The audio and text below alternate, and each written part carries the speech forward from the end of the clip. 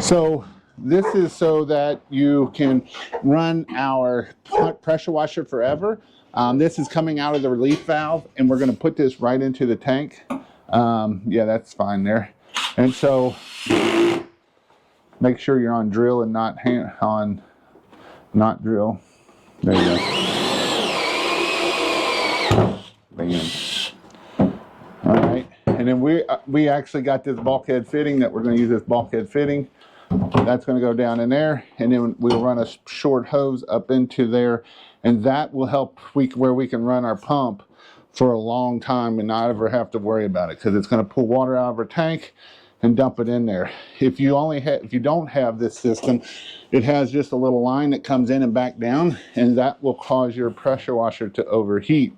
And we don't want our pressure washer to overheat, and so this is how we can do a bypass hose. And so the pressure wash bypass hose is going into the tank, so then as it goes down in here, it can do this. Remember, when you're working with these bulkheads right here, usually they are opposite threads on here. So that's, you can either take this up in this way. I usually generally like to go that way, just so that way it keeps everything down there on there. Are you going to be able to reach that there? Yeah. Gasket on top? Yeah, you can do the gasket on top, fine. So again, see if he can reach it, and hopefully don't drop it, or then we gotta figure out how to get out of the tank.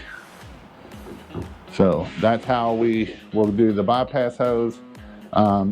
It's, you know, there is no water going to be in here, so you really don't even have to do the blue goo at the top here, unless you might think that it might be overflowing. But that's how we can do this here. So that is how you do there.